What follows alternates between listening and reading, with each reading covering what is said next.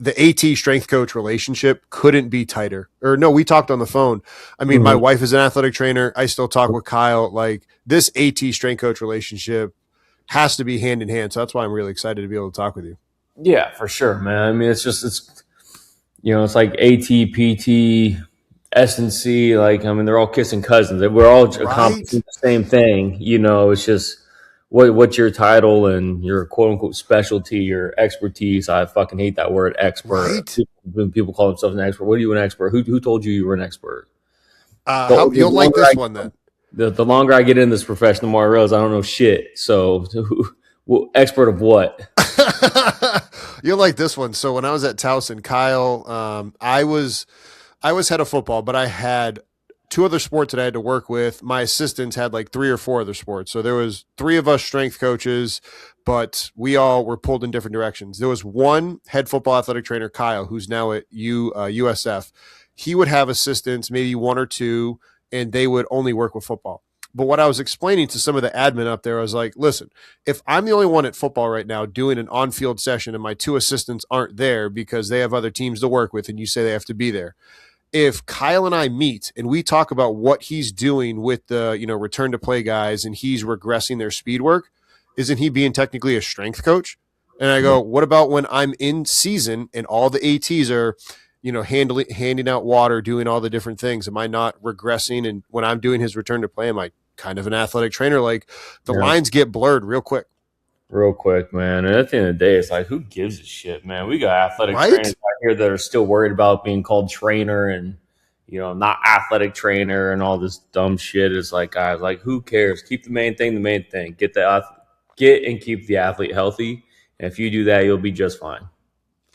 I mean, and when you put that at the center, it just makes every other decision that much easier. Yeah, absolutely. It's like, you don't have blurred lines anymore or anything like that. It's like, this is the job that we have and what we're going to do and who's going to step up and do it. One of the best things, too, that we would do is like, hey, instead of, all right, you're in charge at this immediate acute injury phase and I can't say shit because you're in charge. And then when he's healthy, hey, you better shut your mouth because now I'm in charge. And it's like, okay, no, at the end of the day, like, you're signing off on a surgeon's surgery. I get that. Well, let's look at the same problem and be like, hey, let's put our brains together and figure out, like, you know what? Yeah, ultimately you're going to have the final say, but I should be like, hey, what about this exercise? What about how to load this tissue? And you're like, hey, not a bad idea. Hey, when they're healthy, hey, Justin, why didn't you think, like, when you do that, y'all, and that's the reason I'm just saying this, strength coaches, stop trying to get into this argumentative relationship with ATs. It don't serve you. It doesn't serve the athletes that you're trying to work with. It screws everything. Yeah, it's just collaboration's a hell of a thing. That's all it is. When you look back, and we'll dive into your full story for anybody that's not aware of it later, but when you look back on your time in college and you look back on some of the most successful rehabs, and I'm not asking you to say, oh, this athlete, no, heuristically, what were some of the best things that return to play was able to look like in terms of a collaborative effort from, the immediate injury all the way into, that final return to play clearance? Yeah.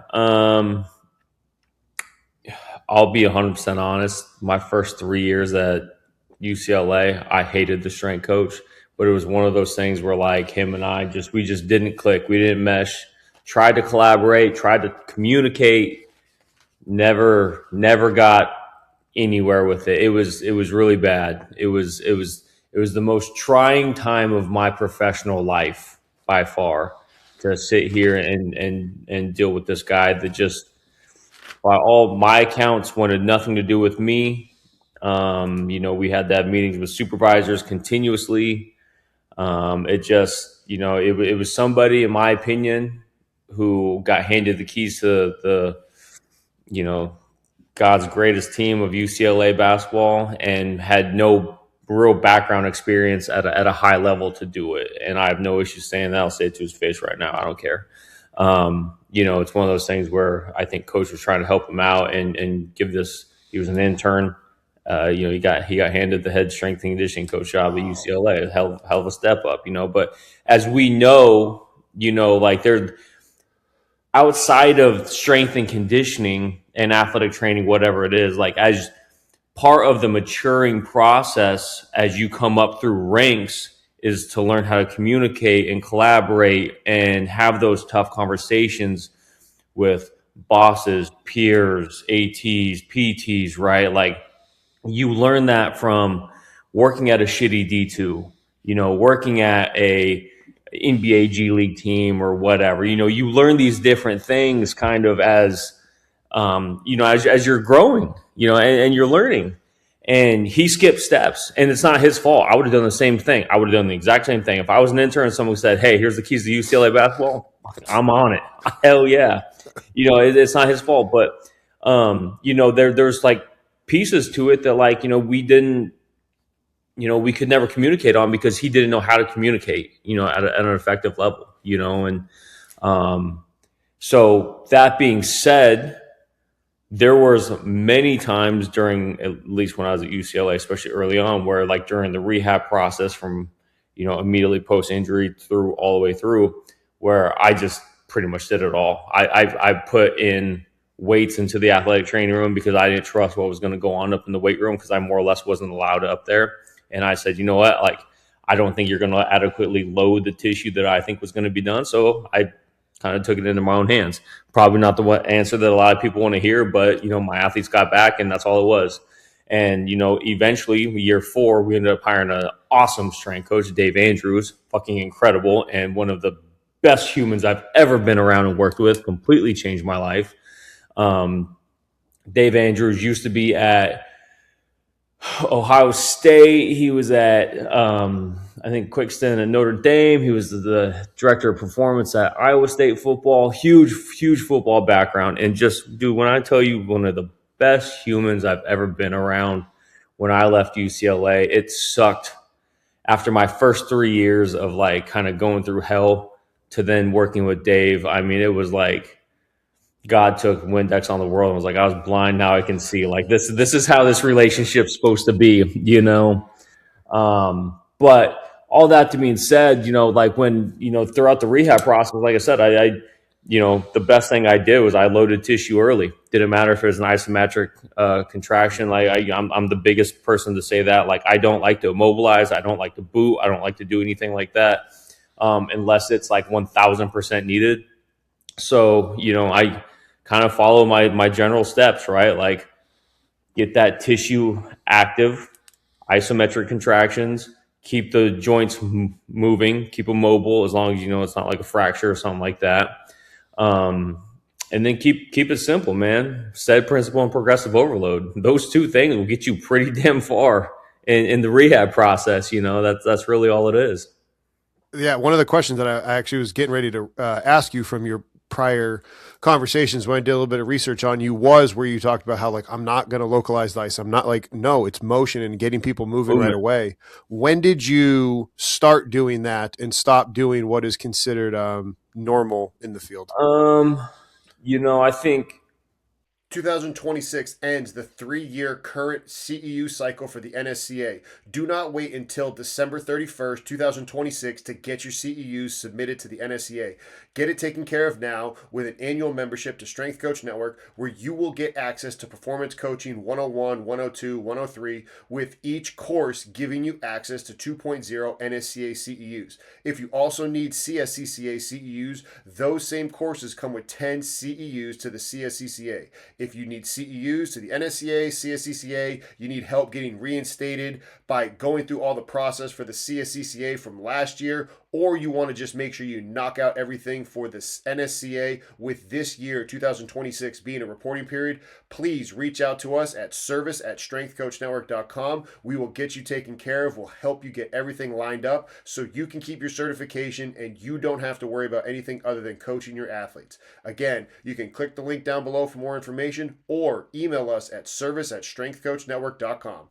When I first got hired at the Cavaliers as an intern, I just kind of saw like how guys were doing things at that level, and don't get me wrong, like LeBron would come off the court and like, ice his knees and his back and shit like that. But it was just kind of like a general, you could tell it was like a maintenance thing. It wasn't like he was hurt and like, we're throwing ice on it. I just think just kind of throughout then, plus my time in the G League, I just kind of noticed that I just didn't need ice like that. Like I would rather, if a player had an ankle injury or something like that, I kind of got more on the compression side of things. I was like, the compression type for me makes more sense than the ice does, as far as like, um, just preventing fluid from getting there, because even with ice, you're still going to get fluid coming in. And this is where I have an incredible relationship with, I'm going to just throw out Incrediwear, because I Incrediwear, I have their think stuff. It's fantastic.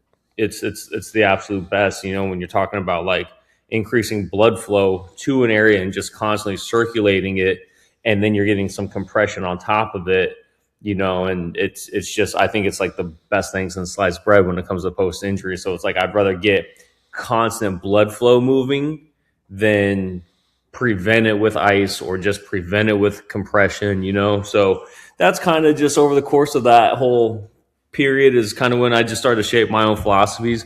And I think the biggest piece to it was, my first three years of the G League when I was with the Hornets, I didn't have a strength coach. So I was the head strength coach and the AT and equipment and travel and whatnot. But, like the biggest piece of it was I could, I learned how to do rehabs in the weight room. I would, we were never in the training room really, because I learned that everything that we had to do was some type of movement based exercises. So we wouldn't do necessarily a lot on the table per se, but it was go in the weight room. And I also had like 14 other guys that I was trying to like work out at the same time. So it's like you're trying to navigate the different things that like, someone with a fresh ankle sprain can do. So you just realize like, damn, like we don't need ice. We don't need to be on the table as much. Like we need to be in the weight room more. We need to be moving more. And then throughout that time, it's kind of where I'm like, damn, like, we just, maybe this is just the answer for me and my philosophy. In basketball, something I've seen is that kind of happens a lot. A friend of mine, Mike Rincardi, he was with the Golden State Warriors. He was a strength coach, PT. Like you see those multiple roles in basketball, especially up at the higher level. Again, my perspective. Tell me if I'm wrong. Why does this happen, and is it a good thing or is it not a good thing? Of being like dual certified and Even whatnot. dual certified, or just like you're doing both, like you said, okay, you were the ATC and the strength coach. Like, is I it better for you to be, to quote Bill Parcells, shopping for the groceries and cooking, or being really good at what you do and having that relationship you talked about with Dave? I think now in my current role, I think it's good for me to be doing both, right? Because my current athlete, like I'm a one size fit all person for him. It's not like I'm just an athletic trainer, and then when he wants to go to the weight room, it's hey, go work with somebody else. It's not like that at all. I think at the college level, I think at the professional level and stuff like that, I think it's probably better for everybody to have their individualized roles, only for the administrative aspect of like you actually have to delineate roles, right, and clear expectations.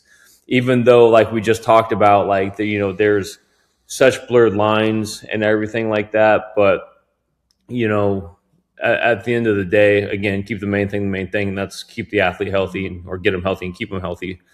But there's just when you start mixing in like admin, high level colleges and whatnot, it's like you have to have clear roles and responsibilities. So that's kind of why it's really important to have those things. Um, again, in my current role, like, I think that's throughout my entire time, like in my early years, I guess, I wanted to be a one size fits all person. Like I learned a shit ton about nutrition. I went and done like all these certifications for nutrition and strength training and CS, PES, all that bullshit, and just did it so that I could be that one size fit all build, so that eventually when this opportunity or one like this came around, it was like, yeah, like I can fit any shoe that's needed.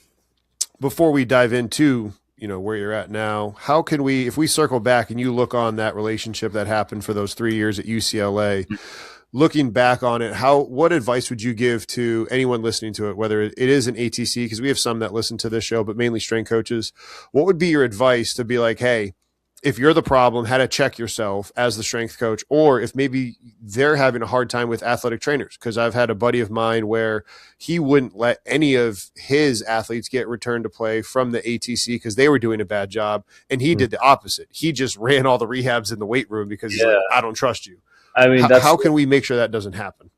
I think the biggest piece of it, honestly, is like looking in the mirror and having some self reflection is the biggest piece. Like nonetheless, from the AT, strength coach, PT, whoever, like look in the mirror and be like, what is needed? Like, what is this missing piece that's truly needed?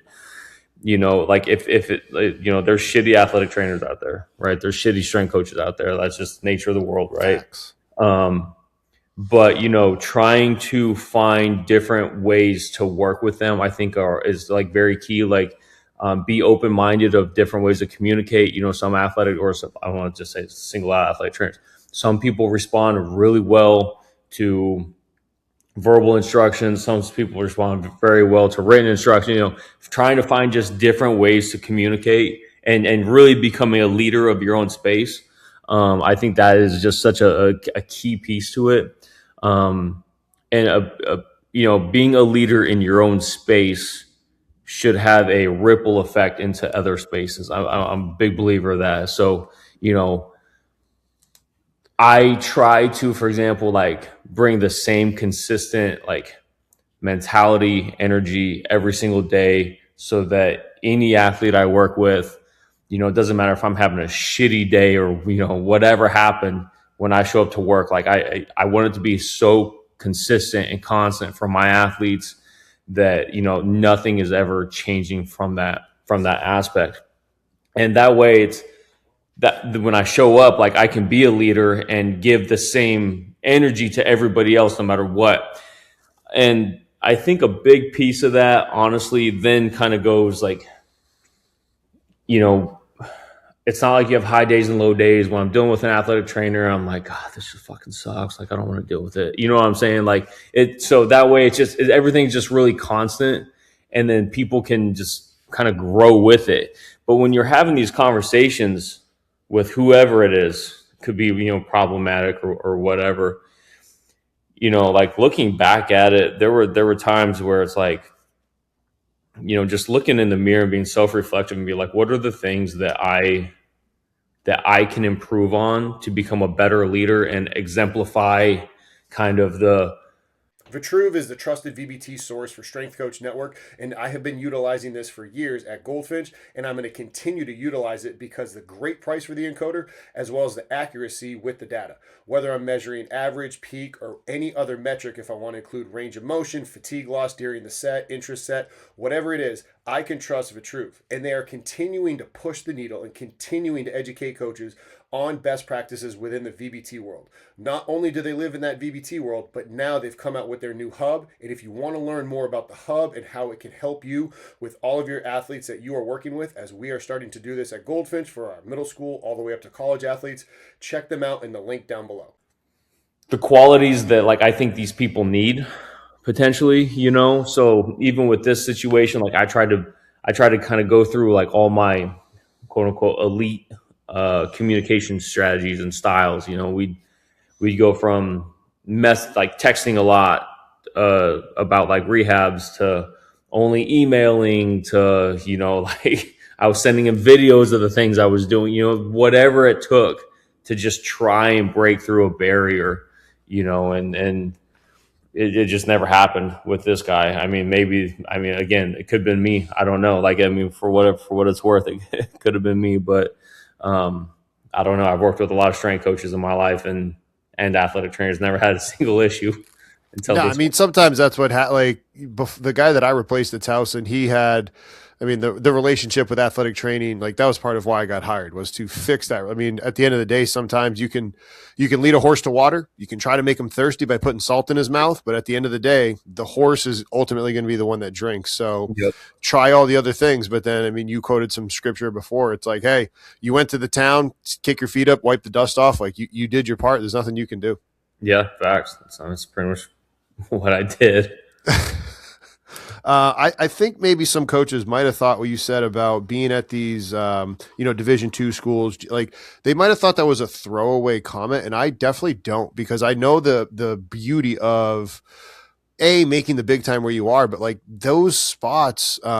We had a strength coach on from a very prominent university, and she's like, listen, you don't get hired here and then you start doing, all American shit. You're Yeah. doing all American shit, and then you get hired by them because they see what you're doing. Yep. Another friend of mine had said, like, listen, at these quote unquote lower levels, like you can, break a few eggs. You can learn things that do and don't work Oh because the yeah, stakes aren't as high. dude. The reason I'm saying this is to give a little bit of life to our coaches that might feel like they're struggling or, oh, I'm only at insert name of organization, where it's like, no, I don't think you understand the value of what you're doing right now. Yeah, man. There were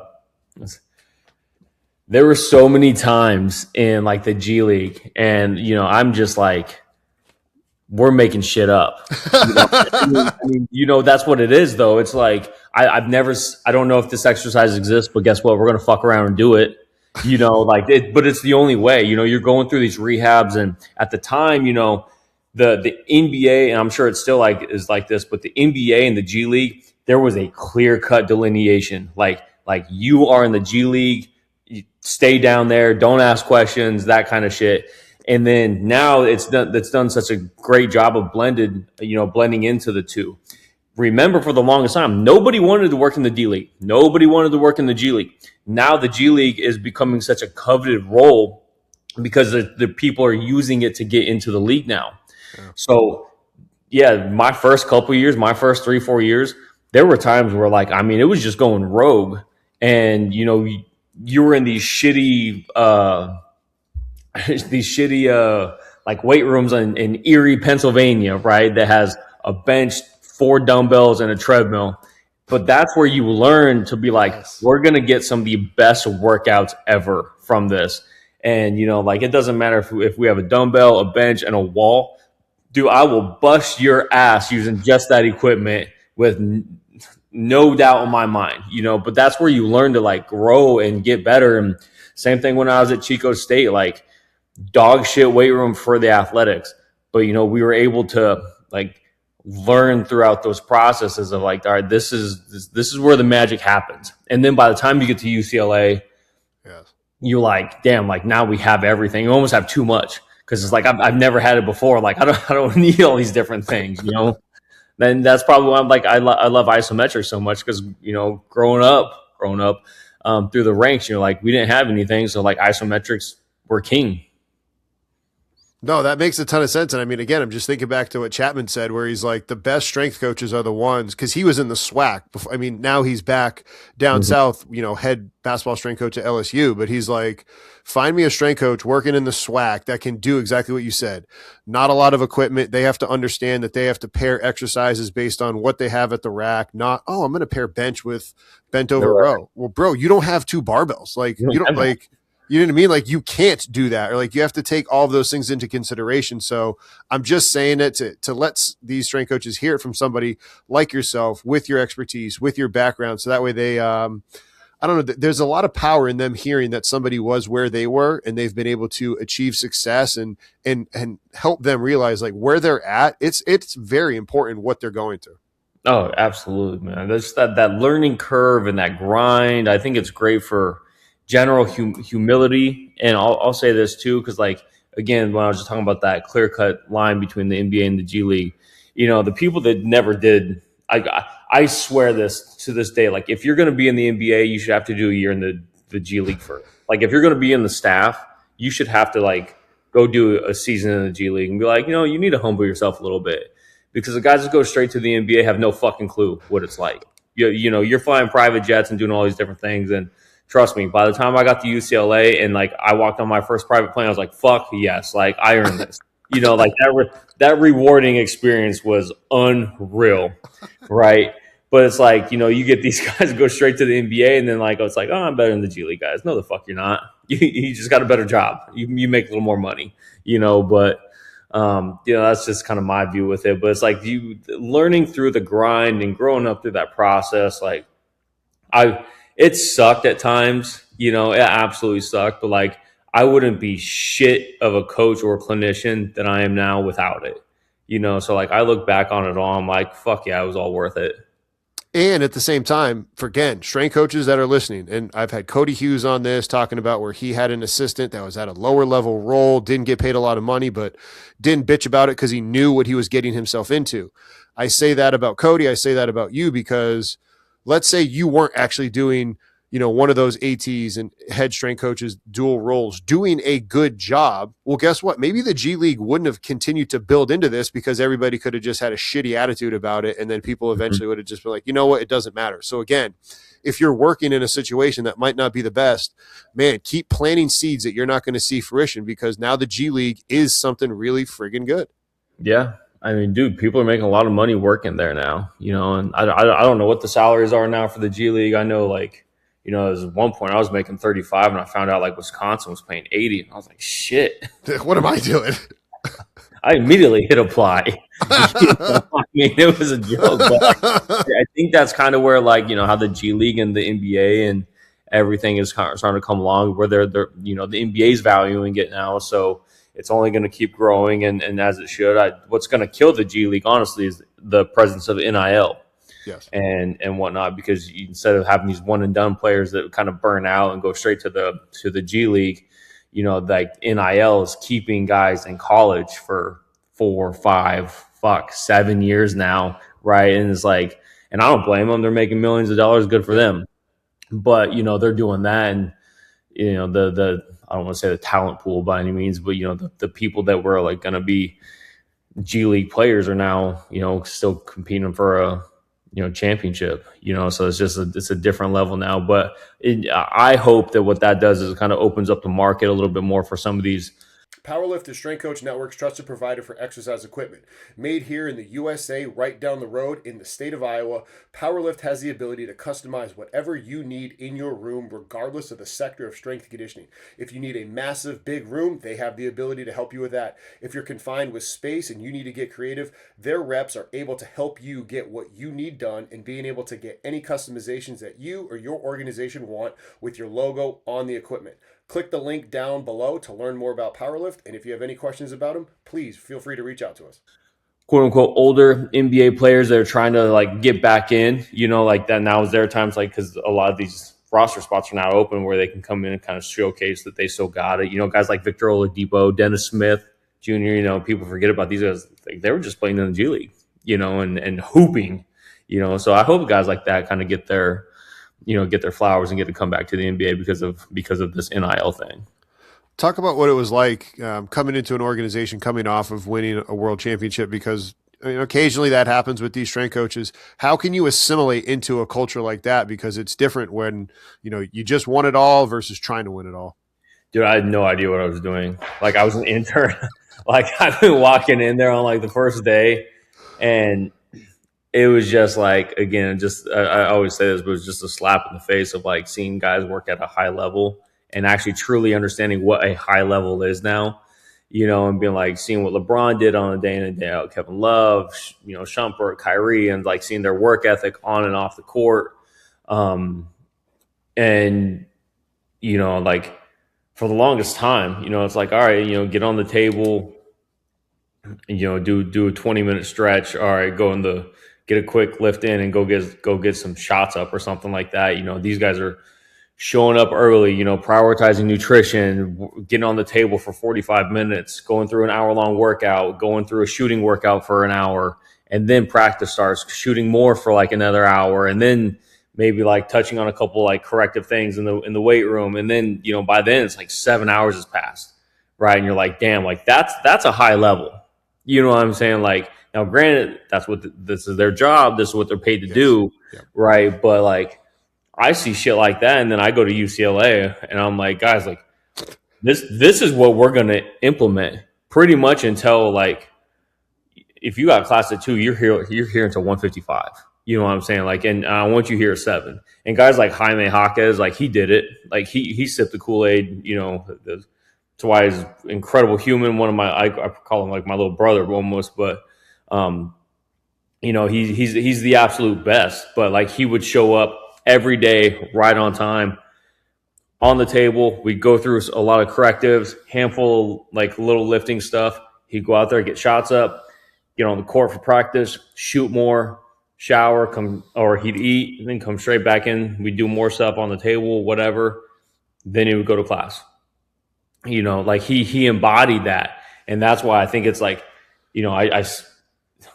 I'm watching him out there like in the NBA right now. There's no wonder why he's such a big success, right? Because he installed and he implemented those habits early on, and not for me, just like in general. Like he implemented them early on to where it's like, yeah, like success was meant for you, In a prior podcast, that's where you had mentioned like, hey, you got to see, the Kyries, the LeBrons having their private guy, and that's what kind of planted the seed for where you're at now. Yeah. Talk about that for everybody listening, so that way they're aware of what you're doing now and how that all works. Yeah, kind of one of those things where Caleb he came into the NBA. We drafted his brother at the Hornets, and Caleb tore his MCL like the day before, 2 days before the draft, so he didn't get drafted. And as a favor, the Hornets were like, "Hey, we'll bring him in, put him in, pretty much make him G League guy." I got handed doing his rehab, and over the course of like 6-8 months of like pretty much being together every day, we would always joke like, like, hey, what, you ever make it big? You ever get that contract and you want your own person? Like let me know.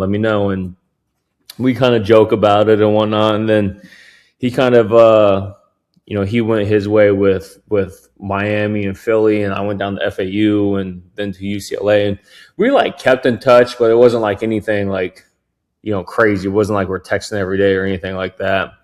And then he kind of had this little fiasco happen up in Philly, and he got traded. And Dallas has always been like a place where my wife and I kind of have wanted to be. We have a great friend base here. My family lives close to here, so he got traded. I just sent him a text. I said, "I'll move right now."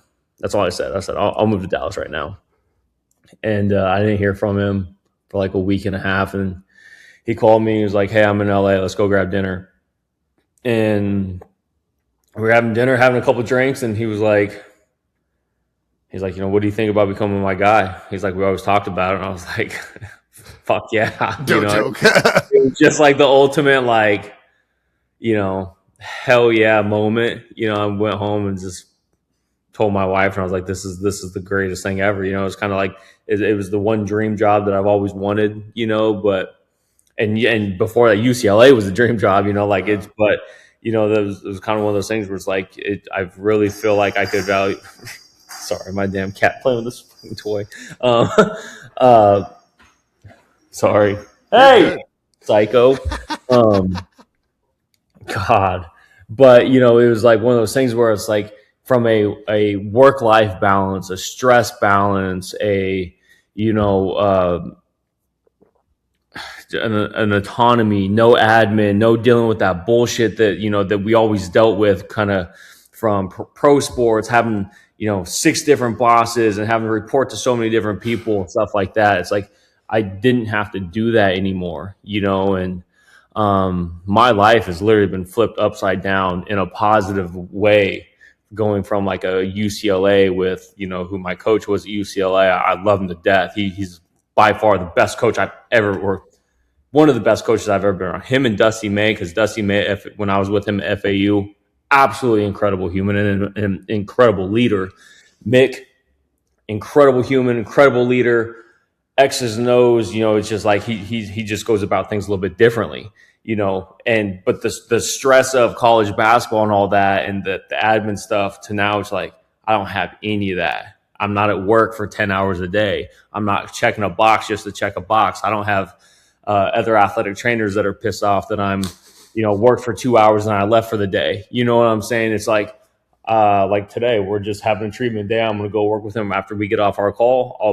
I'll work with him from like 10 to 11:30 and I'm done for the day, but that's what it is. It's like you can only treat and train so much throughout the day. I'm not going to sit here and do triple days for him. It's not like it improves the healing process or anything like that. As we lift 5 times a day, it's not going to make him bigger, faster, stronger. Like you got to be methodical about it. You got to be smart. And, really that's why he pays me, is so I can, program for him and kind of get him through the season and the off season. And you're so completely invested because I've heard a saying back when I was at Towson, it was like, hey, the head coach is the only one that actually cares if the team wins. The Yeah. OC, they just want to score more points. The DC, they want to stop them. Strength staff could say, hey, we got them strong. Hey, they were healthy. But like the strength coach is the only one that wants them to win.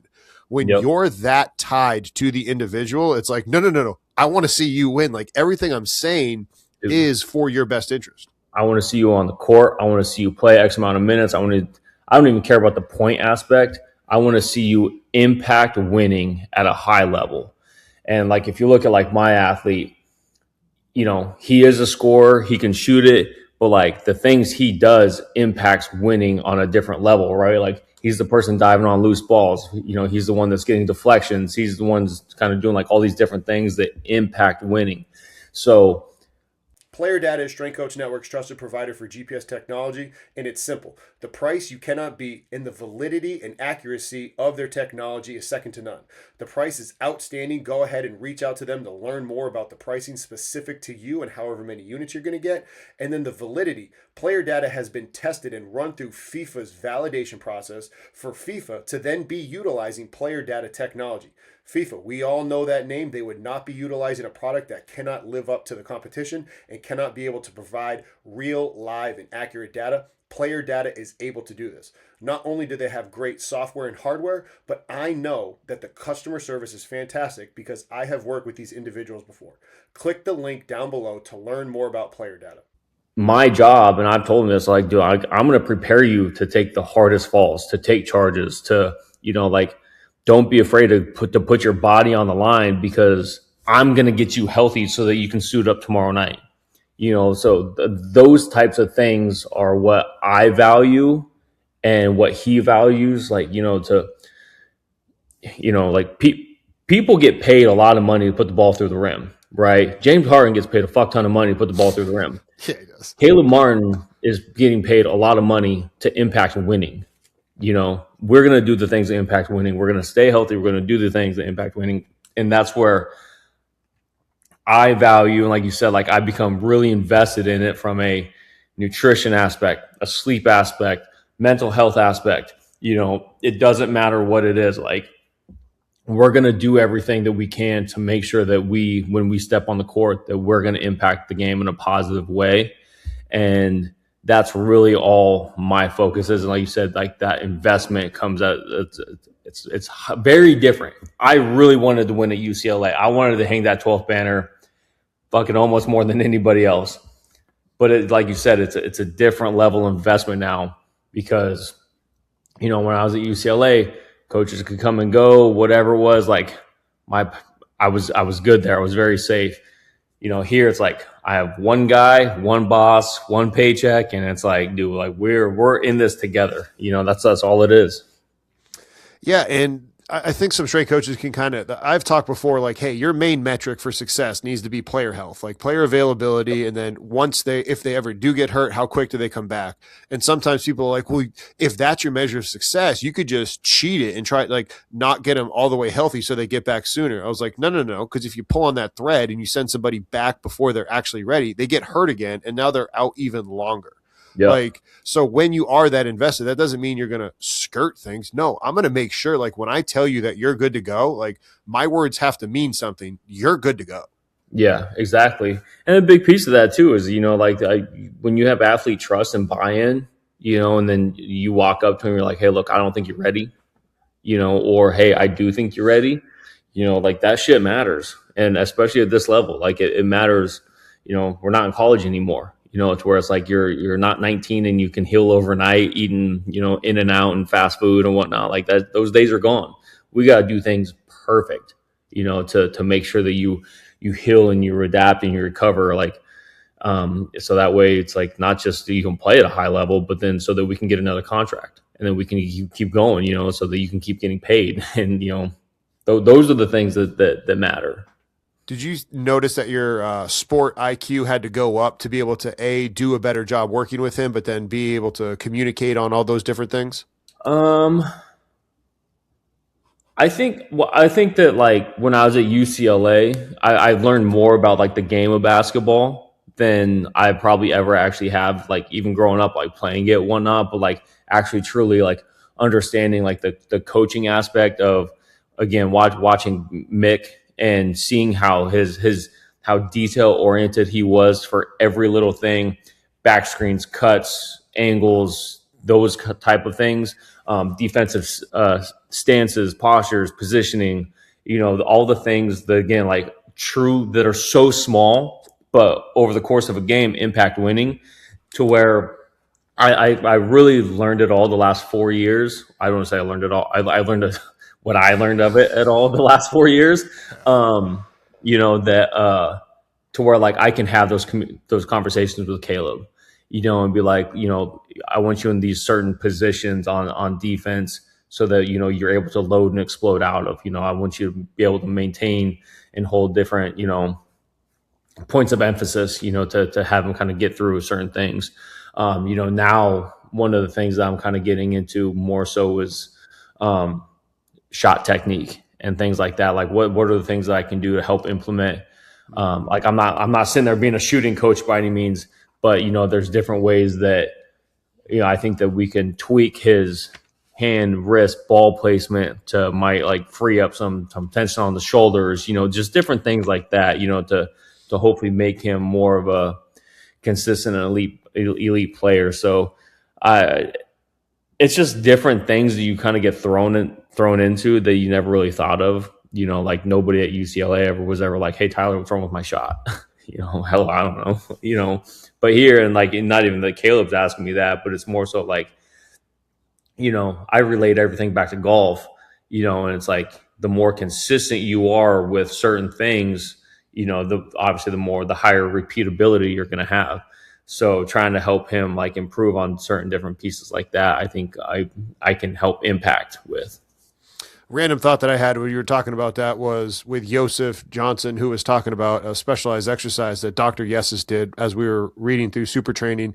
He said that Doc had a specialized exercise of like maybe putting a band around someone's hand, but working on, shoulder strength during a shot and tricep strength of like just general endurance of them doing it that much. And it's like, yeah, you're not going to throw that in the middle of the season, but it's like in the off season, that can be a special development exercise for the muscles of your arm that help shoot the ball. And then they can go and learn how to apply new acquired strength on the court to make and refine their shot. Literally yesterday, I tried to take that exact same mindset. The Kaiser calf raise or squat machines. Mm-hmm. I was like, I turned that thing up to like 350 pounds.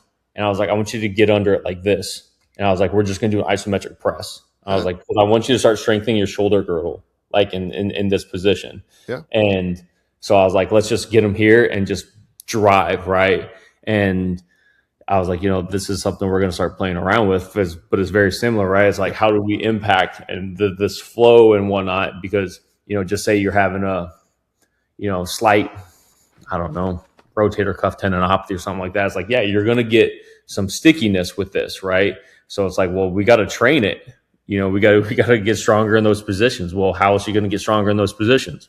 You got to be in the positions and that weight, said principle, progressive overload. That's all it is. It really is. You talked about incredible wear, and like I said, I've had it, and I'm overly big fan. And again, my wife is actually the reason why I had it, because she went to an ATPPS. She doesn't work like mainly in sports. She'll work in clinic with an orthopedic surgeon, and she was able to connect me with them. When you do a little bit more research on you and other things that you've talked about, BFR, Hytro, how are you using that, in your day-to-day, or how were you using it? Because I've done a ton of learning on it, and it's actually been pretty sweet to learn about it, where it's not just like 30, 15, 15 that most people think about. Dude, I use Hytro way too much, probably for myself and for Caleb. I mean, it's just one of those things, it's kind of like free money, within the rehab world and performance world, right? If you can just sit there and like, I'll have them just like strap on the shorts and be like, dude, go play with your dog for 5 minutes. Right. You know what I'm saying? Like, you're getting the same benefits of, in Owens or like some of these other like big time recovery or, like BFR units but without the cord, without the hoses, without like, I personally, I don't give a shit about the exact metrics of that. Like, what am I going to do with it? I don't care. When I was at UCLA, I needed it because everything had to be documented so well that you didn't get sued. But now it's like, dude, like, let's throw these shorts on. Let's go through a warm up and like, Hawken Dynamic is Strength Coach Network's trusted provider for force plates and for handheld dynamometers. Not only am I using it now in the private sector at Goldfinch, I was utilizing this software when I was back at Towson University. You're able to transport the plates because I've taken them from our private sector facility to our other locations. Also been able to take it from our private in-person location to the high school down the road to do some testing with athletes right then and there. You're able to pair your true strength with the striking difference machine. The people at Hawken are fantastic. The technology is second to none. You have to learn more about Hawken Dynamic in the link down below. he gets, it's so wild, like seeing him, like we'll do like for the shirt, like how juiced his arms get from wearing it. But yeah, I mean, we use it for like generalized warm ups. I'll strap them in those for warm ups. Usually like one or two like prep exercises before like our main lift. And dude, it works wonders for them. I've also used them like, or strapping up, getting into a sauna, getting them into a cold tub, doing different things like that, kind of playing around with, again, it's all growth hormone release, right. And testosterone release. And we do know like whether people are, I'm not overly, a giant ice guy, but I'll say this, like, I think full body immersion is different. And we know that we get a big growth hormone and testosterone release from that. So if we can get also the BFR benefits of kind of hopefully like double dumping, right, of growth hormone, testosterone release into that, that's something that I try and like implement. But that kind of anecdotal research and things like what Griff's doing with the Atlanta Falcons, where he'll have the guys where he knows, okay, the coaching staff, they like to do walkthroughs. So instead of the guys kind of having dead legs by, hey, put these on, strap in at this point, and it helps the players feel better. Some other people have done fireflies when they're having meetings, and now their legs aren't just going to be dead. Like understanding your situation and how to anecdotally do it. And it's important for those anecdotal things, because when anecdotal things like that, no, that's a pilot study that you can then push to then researchers to be able to get published research. So that way we can start to move the needle forward. I had another coach on that talked about being able to use it on flights has helped with soreness of travel and improvement on sleep with it. And it's like, listen, start talking about this stuff so then we can start to get research on it. So then that way it can become mainstream adoption rather than just kind of not talking about it for fear of being like, well, it hasn't been proven yet. Well, nothing was proven until we eventually did. Exactly. And that's the one thing about like research and science is like, I've talked to a lot of people and they're like, like, this isn't evidence-based. Well, fuck it. Nothing is until it is. And then even still, like once it is evidence-based, there's probably gonna be 10 other studies that say it doesn't work. So like at the end of the day, it's like, who gives a shit? Like do with what works for you and your population. I know that if I add like incremental like things like if we can throw a firefly on and then the incredible sleeve while he's on a plane, all right, we're going to get benefit out of that. When he's sitting in a hotel room and he still likes Normatex, whatever. All right, you use Normatex the night before the game, fall asleep, take them off, whatever.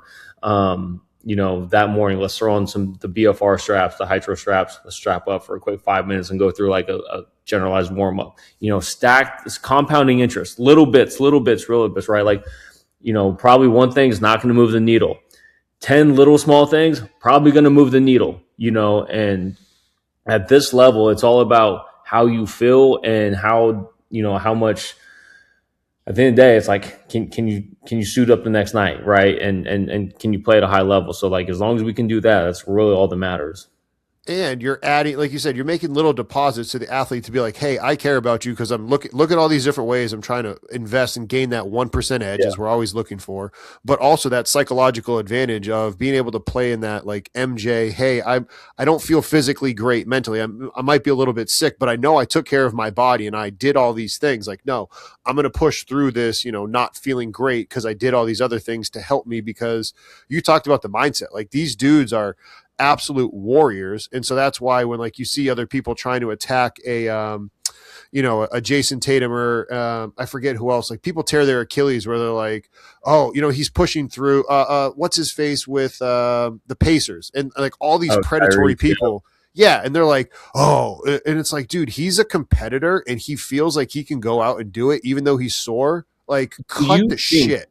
Do you think, this is a blanket question for anybody, would you be comfortable as a human being if it's Game 7 and your best player has I don't know what he had. I know he had some type of calf strain, and you walked up to him and said, "I don't think you should play in the Game 7 of the NBA Finals."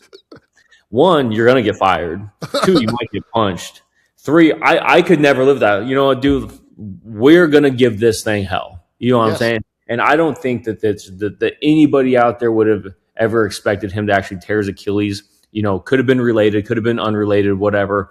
But as a person and as competitive as I am, I would never in my life Right. go up to him and be like, hey, like, I don't think you should play. Game 7, dude, you may never experience this again in your life. Ever. And you think I'm going to take that from you? Hell no. We're gonna K-tape the shit out of that calf. Like, we're gonna I'll do whatever it takes, man. Like, because I want to win it just as much as you do. right. And so that's the other part with these predatory strength coaches. It's like, not only is there a private S&C ATC behind the scenes working with him, you've got the staff that works for the Indiana Like, you think all these people aren't trying to make sure that one of their best players isn't ready to fucking play? Exactly. Like, and at the end of the day, like, this is sports, and our bodies, also probably says, our bodies probably aren't meant to do sport at this level that we are. And that's why we're starting to see like some of these crazier injuries and blah, blah, blah. But, shit happens in sports. Like, at the end of the day, I've seen a lot of shit that just doesn't quite make sense, but shit happens. And because of that, we have jobs. That's the reality of it, like, because somebody's load was exceeded their tolerance or their tissue capacity or whatever, and now they got an ankle or a tissue tear or whatever it is, like that's why we have jobs, because shit happens. And if everybody could withstand the forces of the game, then we wouldn't have jobs, and we'd just be sitting here watching sports. That's really all it is. Well, and then with the Achilles stuff, people are like, well, you can't let your knee travel that. Like, do you really think that these, like, they're unconsciously good? They're not thinking about where their body is. Like you said, that's our job. Load them, make them robust in all of these planes of motion so they don't have to think about that shit. Just play. It's still probably not going to be enough. Like, we can't, I don't care who it is. Like, we can never replicate what goes on in a Game 7 during the second quarter, the stress, the fatigue, the workload, all these different factors. We'll never be able to replicate that throughout the training, the rehab, the whatever process. Like, we'll never come close. And yes, you can. Just train with that trainer that's on talking about how bad their training was. Yeah, no shit. Yeah, like you got all the answers, buddy. You're one of those guys that's like, yeah, like the expert that I was just talking about. Everybody's like, who's calling you an expert? Who's calling you a specialist? You're looking in the mirror and calling yourself that. So now that you're in that realm and you're working again with mainly one person, but other entities that person is working with on the day to day with pro teams, how do you then ensure awesome communication? And you're the only one that's listening and on this podcast. Maybe there's others that are in this situation. If Bobby, who works with Patrick Mahomes, is listening, he's you two are the outliers. Yeah. Dasher Strength Coach Network's trusted provider for timing gates for your athletes. Whether you're trying to run A-cells, curve, flies, change in direction with the Pro Agility, the 505, modified 505, whatever you want to do, get valid and reliable setup with your Dasher. I had the black, the blue, and now we have the silver at Goldfinch. We're completely moving over from the blues to just only having the silvers. I only test my athletes on the silvers because it has helped me save so much time, whether I'm going from Ankeny over to Nevada or Ankeny over to Huxley, whatever I got to do. I save so much time, and I want you to be able to save so much time with your setup because we know that time is precious as strength coaches. Now, not only are you going to be able to save time, but you're going to be able to save money with this great product, and you have a valid and reliable product that has run through countless different articles, as you continue to see online being published with the accuracy of this information. So, if you want to learn more about Dasher, click the link down below to be able to go to their website and learn more about them. And what I'm saying is, how can we make sure general principles of great communication now that you're doing so our listeners can apply it in their high performance setting? Yeah, I think that, well, for starters, the first thing I did when Caleb hired me was I reached out to the director of performance or the director of health and performance for the Mavs. And the first thing I did was I sent him my resume and was just like, look, like I'm not his boy from high school that's like, just here to train him or something like that. I was like, I don't have any juice behind my name at all, but I've at least kind of worked my way up to this point, So like I wanted him to know that from the beginning that this was going to be again, like I wasn't his boy from high school. Like I kind of know what I'm doing somewhat. Yeah. And, from there on out, I just expressed to him, I was like, like I want to maintain total open lines of communication. Like this is my first time being on this side of things. I've only ever been on the team side. So I really don't know how to operate from this aspect. Like that was my whole thing was like, I want to be as open as possible because it's the only way I know how to be, when I was working with Mick and UCLA, like you had to be an elite communicator, because if you didn't, I'd get yelled at and probably fired, but, so I just had those talks early on with them as far as going like, these are the certain things that I want to see and that what I want to implement with Caleb based on our conversations. And how best can I also assist the things that you guys want from a team side, and once I kind of had those lines of communication open, now it's, we get on calls whenever we have to. It's constant text messages. It's not like I'm sitting here going like, this is my guy and, doors closed. Don't, anything like that. I have no issues telling him like, hey, this is what we just treated. This is what we're training. Here's what I did for a workout plan. I know the strength coaches pretty well with the Mavericks. I've known them for a while actually, so I have a great relationship with them. That helps a lot. And again, so like when I hope that they also use me as a resource, and I feel like they do because they'll reach out and say like, hey, like what are you seeing with Caleb? Is there any things that you think that we should implement on our end? So that way it does become very much a two-way street. I think the biggest thing is like, and I've met and talked to a couple of people. It's like, they're kind of just dickheads. They're like, this is my guy. Don't touch him. Stay out of my way. And, if that's your prerogative, that's your prerogative. But for me, it's like, I still, again, I only know being on the team side, even though it's been like 8 months now, you got to find a way to work well with them because also at the end of the day, it's like, just say, when, and I don't know this is me just talking out of my ass, but like say when his contract comes up and, like, I don't want them to be like, yeah, Caleb's done X, Y, Z, but his trainer's a fucking asshole. Right. And, like I don't want him around in the building or anything like that. I don't ever want to be in a negative light to where it impacts him, so like I want to do everything I possibly can so that when just anything comes up, that it's like, all right, like, they know that we're a team and that like, it's all going to come together and it's like, they're kind of singing his praises because of, like the communication's been great. He's done everything right on his end and whatnot. So, that's kind of my viewpoint on it. And my philosophy is like, I just want to make sure that everything's done right at a high level.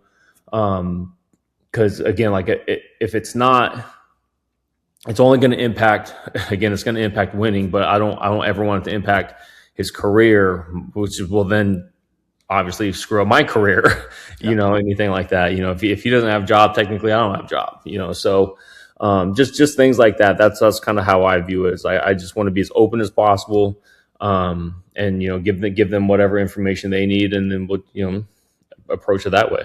Last couple of questions to respect your time so you can stay on schedule. There's been a craze in strength and conditioning to talk about not needing to condition and only doing speed work. And it hasn't fully trickled into basketball. And I've talked with a bunch of basketball strength coaches, and they're like, listen, the hardest part of practice or a game is not, a high intensity speed effort. It's going up and down the court in between media timeouts when there's no Yeah. stoppage. Like, we have to condition. Or if we're going from, in college, as going from 8 to 20 hours, like, there's a massive spike, and our job is to prepare the athletes for that. Yep. Where do you kind of fall in the line on that continuum, for lack of a better term? Yeah, I mean, you got to condition. I mean, that's something that like I told Caleb already. I said because I'm working on all of his summer plans right now.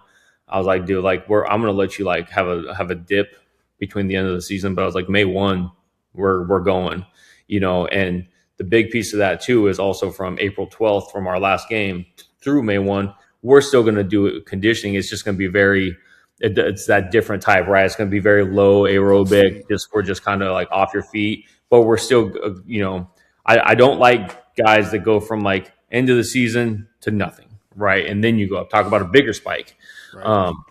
So it's like I want to maintain some different, some level of aerobic capacity, and then again, like a lot of the research, again, whatever that means, shows that like the best way to prevent hamstring strains and stuff like that is sprinting. Well, how do you get better at sprinting? You sprint, stuff like that. Personally, I think some of the best ways to condition outside of like playing, I love sled pushes and sled pulls. I think it's very monotonous. It doesn't require any coaching, and it's just I need you to push, pull. We're going to do X amount. We're going to change the load, and we're going to increase speed. And on top of it, we can change the angles that we're pushing and pulling at.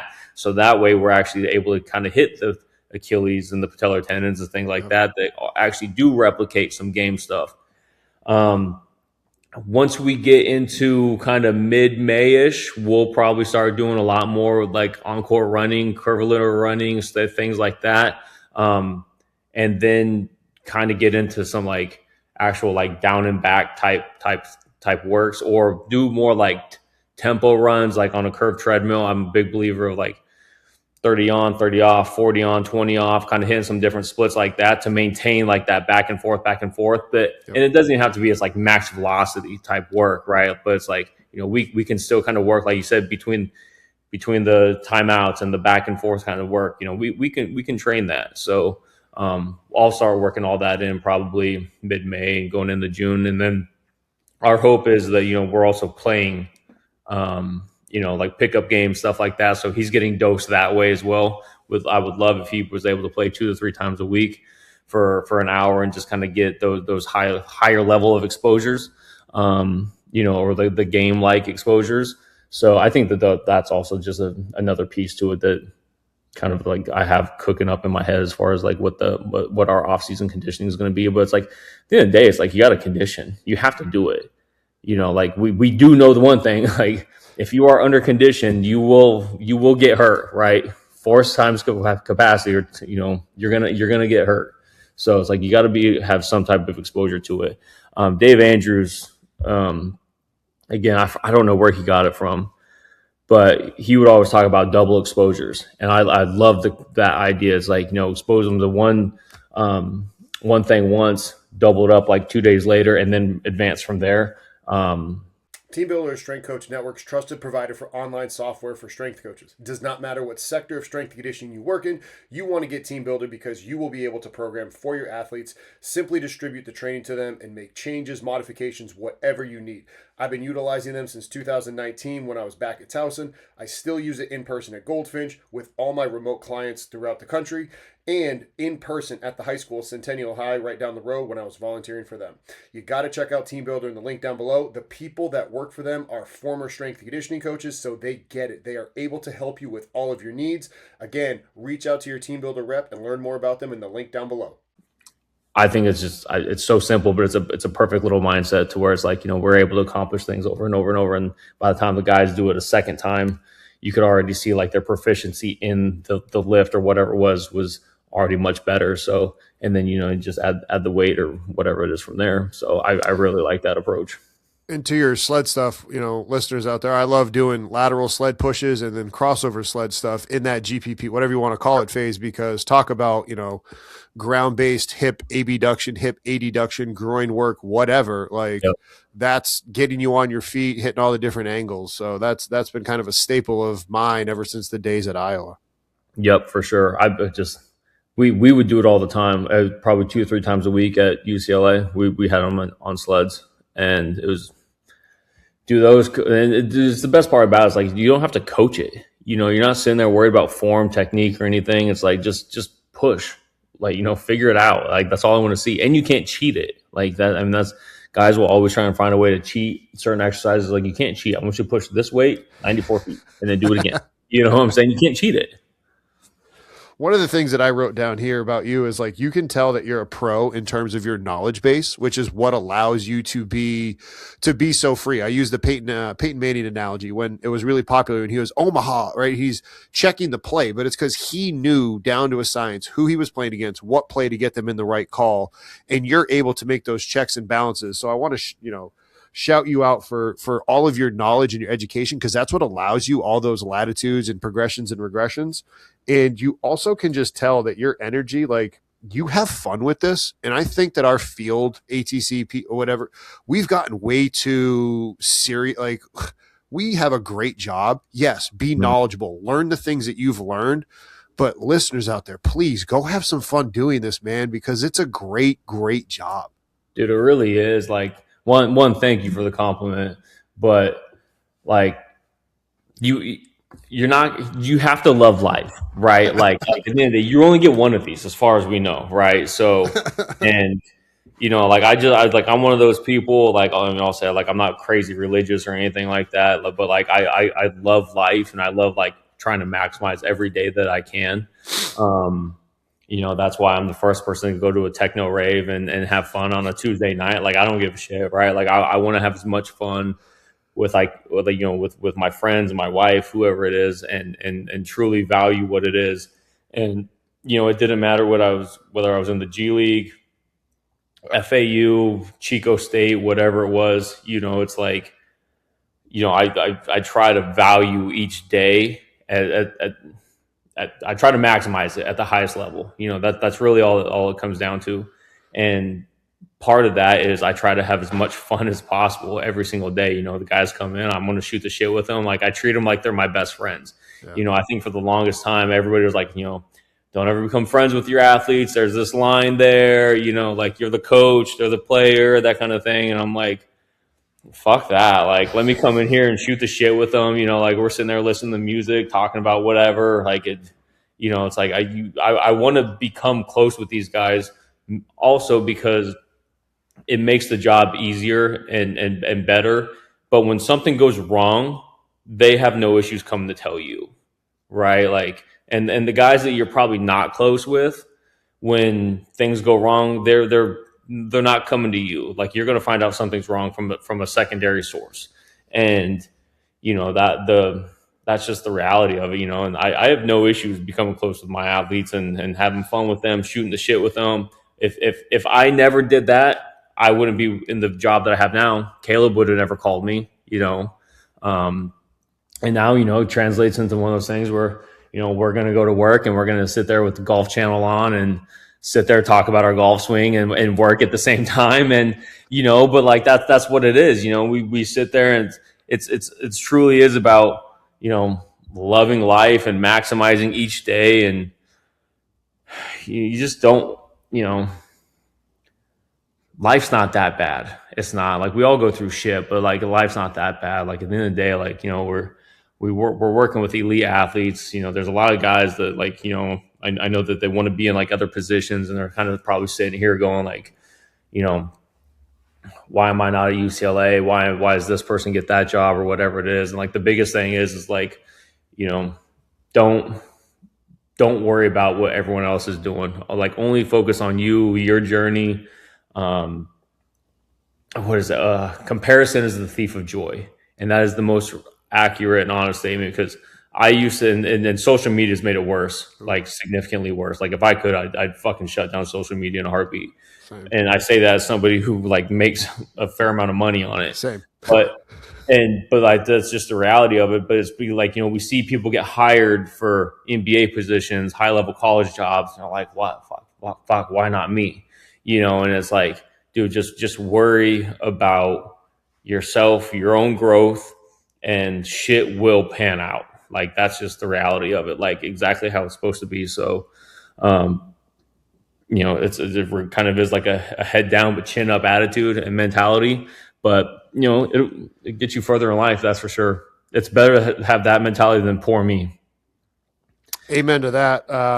The last thing I'll say is you should, like, if you've ever had it on your heart, like there would be some very good value in you trying to put together some version of your, whether it's a mini course or like your work and your things, kind of backed by some, hey, these are some main things that I do based off of this research, and put together some version of a course, marinate on it over the next 2-3 years. But I think I say that because strength coaches are going to want to listen to this, and they're going to want to be like, fuck, I want to work with an AT like this. Like, where can I try to black belt and show my AT? Like, oh, go learn from him. Like, here's some stuff that he does. Like, have you heard of this guy? So that way you can try to impact the field in a positive way. So that's You know, something that I wrote down. Like, if I was listening, I mean, Kyle and you, very similar. Like, you two, like, that's why he and I got along. Like, you guys just fucking get it. And there's going to be more ATs that if you can have that type of relationship. So, I mean, start putting something together, mini course or whatever you want to do, because you there's must some not know value. about the advanced rehab certification, which is the course that I have. Oh, okay. I did not um, know that. yeah, advanced rehab certification, which is pretty much that. It's There we fucking go, people. It used to be a 4-night course that now it's completely like self-paced, but it's literally my philosophy with evidence behind it. It kind of shows, like, obviously you can only break down rehab so much, right? Like Yes. it's very superficial, but it gives the things that I follow consistently, like some legs. And I we talk about baseline testing, we talk about fascial lines, we talk about movement screens, we talk about shoulder, ankle, knee, hip, back pathologies. But again, it's just more of like trying to check various boxes of the rehab that both athletic trainers and strength and conditioning coaches can do, to bridge that gap. I will say this, because this is a strength coach podcast. I tried to get this, and I have no issue saying this. I tried to get this NSCA approved for CEUs for strength coaches, and they sent me an email saying rehab technically is not in the scope of strength and conditioning coaches, which I think is horseshit. So as much as I tried to get this certified for NSCA CEUs, they shut that down. But I still do have like quite a few strength coaches, both NBA, all over, that have taken it. But it is BOC, athletic training CEU approved. So No, I just checked it out, and egg on my face for not realizing this during my research project. I mean, it's even on ARC. I was like, oh, I wonder what ARC. Like, I saw that on your LinkedIn, and I was like, I don't know what that is, but I'll just carry on. yeah, advanced rehab certification. But like it is kind of my way to kind of help bridge the gap between athletic training and strength and conditioning, to where everybody can kind of look at it and be like, these are the things that I think about throughout the rehab process. I'm probably going to make another one at some point. I don't know exactly when, but I am working on right now something called the Advanced Rehab Community, which is pretty much just going to be something similar, but just say, you call me one day and you're like, hey, look, this is something I want to learn about. It's just going to be this community where I can, like, I'll go out, I'm going to do the research, I'm going to make it applicable, and like I'm going to do a presentation on it, and then it's going to get thrown into this community. It's just going to be a kind of a revolving door to like help give people like the knowledge that they want to go get, I suppose, or that they want to learn from. So that's also coming pretty soon. Appreciate it, brother. You have a great rest of the day. I could have talked with you all day. Yeah, likewise, man. Thanks for watching that video. If you enjoyed it, click right here for videos just like that, and make sure you click here to subscribe to our channel. Have a great rest of your day.